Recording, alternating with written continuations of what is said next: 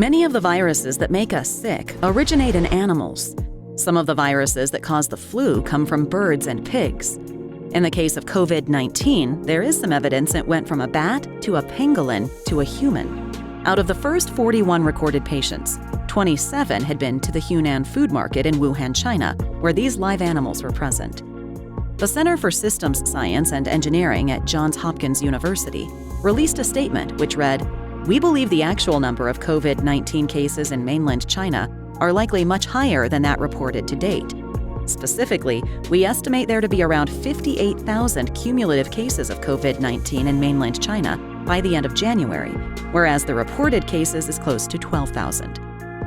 With the community spread of coronavirus, we don't know what the index case is, so it becomes harder to analyze and control.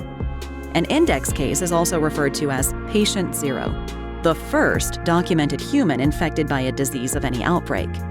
With contact tracing of a worldwide epidemic and with community spread, it develops into a situation where you're not going to be able to effectively and efficiently contain it.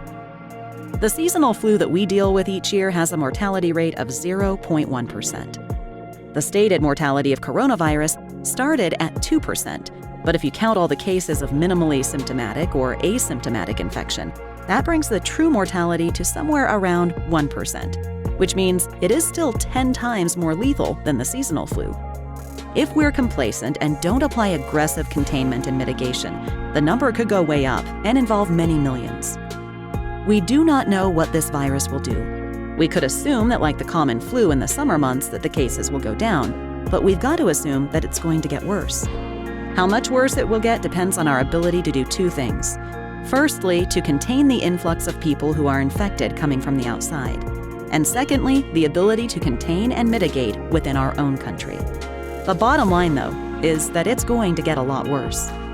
Over the next 4 weeks, a Phase 1 clinical trial will determine which one of the 10 candidates that involve a platform called messenger RNA will be effective. This will serve as a prototype for other types of vaccines that are simultaneously being developed. Getting it into Phase 1 is the quickest it has ever been done in the history of a vaccine, but it will still take about 3 months to determine if it's safe.